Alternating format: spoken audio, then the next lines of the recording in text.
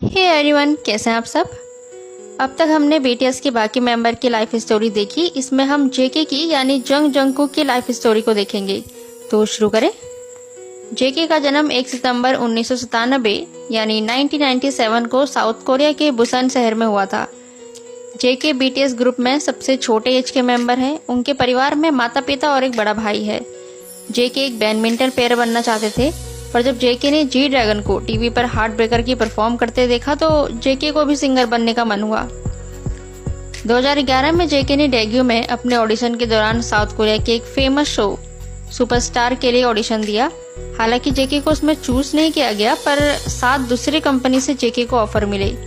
पर जेके ने जब आरएम को देखा तो वो बिग हिट में ट्रेनिस बनने के लिए आ गई। जेके आरएम के बहुत बड़े फैन है। डेब्यू से पहले 2012 में अपने डांस को और अच्छा बनाने के लिए जेके लॉस एंजलिस गई और जून 2012 में ही जेके जो कॉन के I am the one music video में बैक डांसर के रूप में दिखे। डेब्यू से पहले जेके एक बैकअप डांसर के रूप में काम करते थे। 2017 में जेके ने अपनी ग्रेजुएशन कंप्लीट की।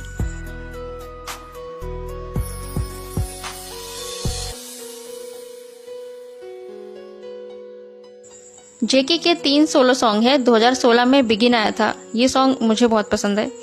2018 में यूफोरिया और 2020 में माई टाइम।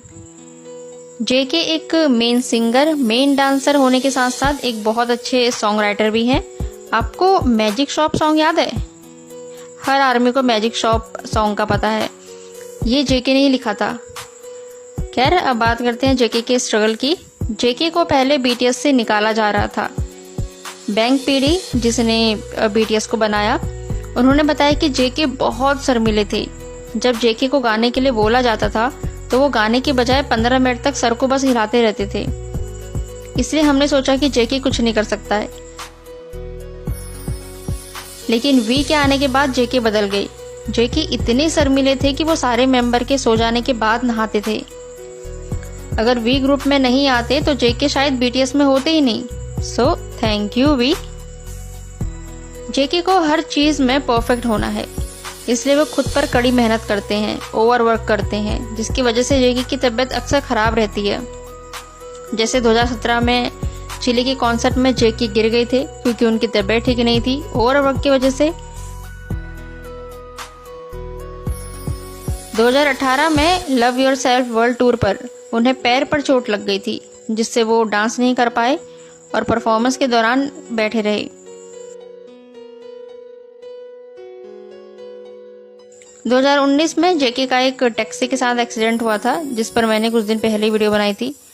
जेके खुद पर एक्स्ट्रा मेहनत करते हैं, इसलिए वो हर चीज में परफेक्ट हैं, जैसे drawing, sports, boxing, singing, dancing, fitness, direction, producer. अरे हाँ, क्या मैंने आपको बताया कि जेके एक डायरेक्टर भी हैं?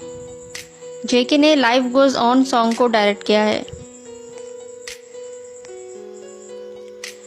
अब बात जेके अपने ह्यूम को यानी बाकी मेंबर को कितना प्यार करते हैं।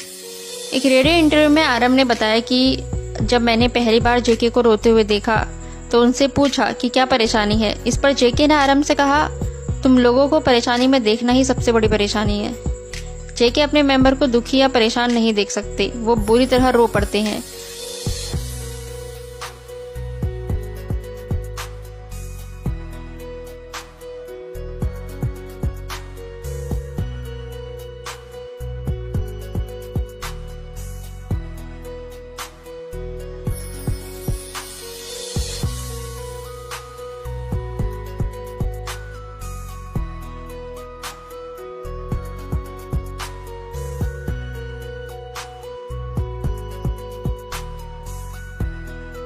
2016 में जो जेके ने बिगिन सॉन्ग लिखा था वो अपने मेंबर के लिए ही लिखा था। टाइम मिले तो सुनना, ये मेरे पर्सनल फेवरेट में से एक सॉन्ग है। विंग्स कॉन्सर्ट के दौरान जेके बेहोश हो गए थे। हालांकि तब जेके ने ये मान लिया था कि उनके ओवरवर्क की वजह से ही वो बेहोश हुए थे। जेके खुद को परफेक्ट बनाना चाहते हैं आर्मी के लिए, ताकि वो आर्मी के सामने अच्छे से परफॉर्म कर सके। इसलिए जब कभी जेके से स्टेज पर गलती हो जाती है तो वो बैक स्टेज पर बहुत रोते हैं। हालांकि शुगा ने जेके को समझाया है कि कुछ चीज़ें हम अच्छी तरह कर पाते हैं और कुछ चीज़ें हमसे नहीं हो पाती हैं। 2020 में विंटर पैकेज में सारे बीटीएस मेंबर को अपनी आर्मी के लिए लेटर लिखने थे। जेके ने जो आर्मी के लिए लेटर लिखा था उसे पढ़ के जेके खुद ही रो पड़ी, क्योंकि उन्हें आर्मी की याद आ रही थी। अच्छा, क्या आपने वो लेटर पढ़ा है? जेके ने उसमें लिखा था, टू आर्मी, गर्मियाँ बीत चुकी है और कड़ाके की सर्दी आ गई है। यह लेटर मैं फिनलैंड से लिख रहा हूँ।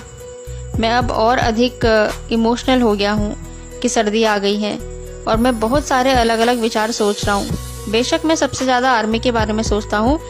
क्या तुम सब भी मेरे बारे में बहुत सोचते हो? जब भी मैं आप लोगों के बारे में सोचता हूँ तो मैं अनमोल यादों से भर जाता हूँ। तो मुझे उम्मीद है कि जब आप मेरे बारे में सोचते होंगे तो आप पिछली यादों से भी भर जाते होंगे। मैं अपना सर्वश्रेष्ठ प्रदर्शन करना जारी रखूंगा। यही पढ़ के जेके रो रहे। आगे जेके ने कहा, आर्मी को खुश रहना होगा, चाहे कुछ भी हो, ठीक है? ओके, ठीक है जेके, हम सब खुश रहेंगे और तुम भी रहना। पहले जेके से कोई भी नफरत नहीं करता था, कोई भी नहीं। जेके को कभी कोई हेट कमेंट नहीं मिला। पर 2017 में जब जेके ने रेसिज्म सॉन्ग पर परफॉर्म किया, तब से पता नहीं क्या हुआ कि कुछ लोग जेके को हेट कमेंट करने लगे।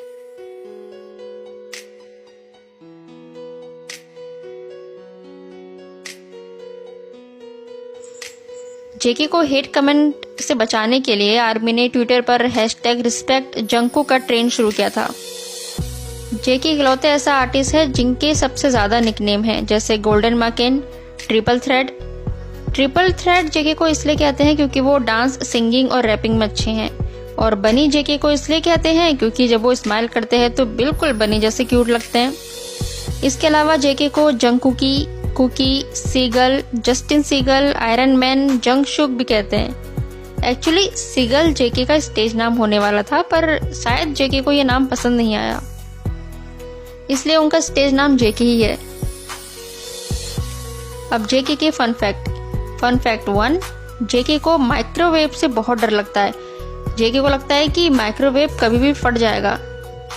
फन फैक्ट 2, जेके मूवी देखते समय सबसे ज्यादा रोते हैं। फन फैक्ट 3, कंपनी आर्टिस्ट को टैटू के लिए मना करती है, पर फिर भी जेके ने कंपनी की नहीं सुनी और पूरे हाथ में ही टैटू बना लिया। फन फैक्ट 4, जेके को गोल्डन मैकेन या गोल्डन यंगेस्ट इसलिए कहते हैं क्योंकि जेके के पैदा होने से पहले उनकी माँ ने सपने में सोने की यानी कि गोल्ड की बारिश देखी थी। वैसे तो जेके के बारे में बहुत सारी बातें मैंने छोड़ दी, जो ज़्यादा ज़रूरी थी सिर्फ वही बताया, बाकी फिर कभी देखेंगे। उम्मीद है आपको ये वीडियो पसंद आई होगी। अपना ख्याल रखिए, कल मिलते हैं। Take care, bye bye.